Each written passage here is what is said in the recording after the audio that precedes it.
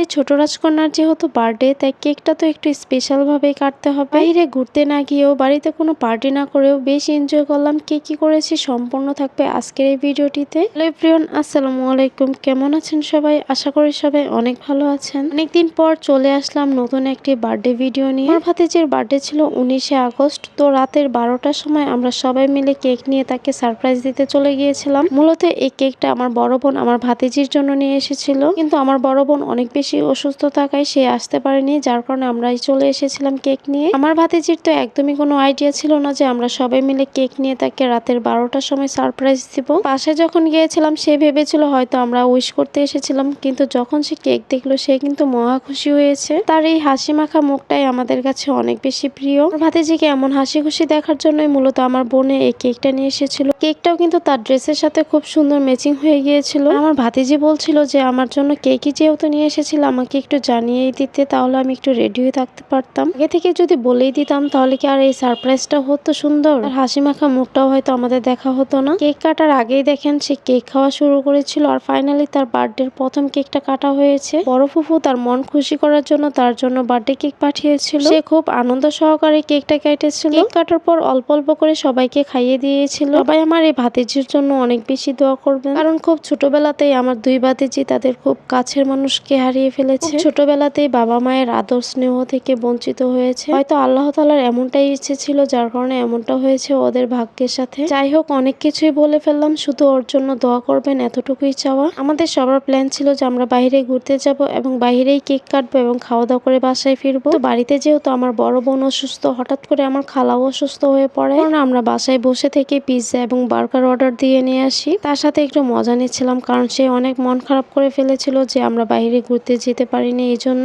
বাসায় পার্টি করার জন্য সবাই মিলে পিৎজা নিয়ে আসি এবং বার্গারও নিয়ে আসি। আমার ভয়েস শুনেই বুঝতে পারছেন যে আমার অনেক বেশি ঠান্ডা লেগেছে, তাই আমি বাসায় চলে এসেছিলাম তাড়াতাড়ি। আমার খালাতো ভাই এইদিকে সবার জন্য বিরিয়ানি নিয়ে এসেছিল। আমি যেহেতু বাসায় চলে এসেছি তাই আমারটা আমার বাসায় পাঠিয়ে দিয়েছে। 12টার কিছুক্ষণ আগে আবার কেকও আনা হয়েছিল আরেকটা কেক কাটার জন্য। আমার শরীর এত বেশি অসুস্থ লাগছিল, যার কারণে আমি তাদের বার্থডেতে আর জয়েন হতে পারিনি, কিন্তু ভিডিওগুলো পাঠিয়ে দিয়েছিল যেন আমি এই ব্লগে অ্যাড করতে পারি। ভিডিওগুলো কিন্তু অনেক বেশি সুন্দর এসেছে। তার কাকা তার জন্য কেক নিয়ে এসেছে, তার কাকার সাথে সে বসে পড়লো কেক কাটার জন্য। বার্থডে পার্টির আরো অনেকগুলো ভিডিও এই মাসে পাবেন আপনারা আমার পেজে। আমার পেজে নতুন নতুন ভিডিও দেখতে আমার পেজে ফলো দিয়ে পাশে থাকবেন। বার্থডে গার্লের জন্য অবশ্যই সবাই বেশি বেশি দোয়া করবেন। তো আমার আজকের ভিডিওটি এই পর্যন্ত। ভালো লাগলে পেজে ফলো দিয়ে পাশে থাকবেন। ধন্যবাদ। খোদা হাফেজ।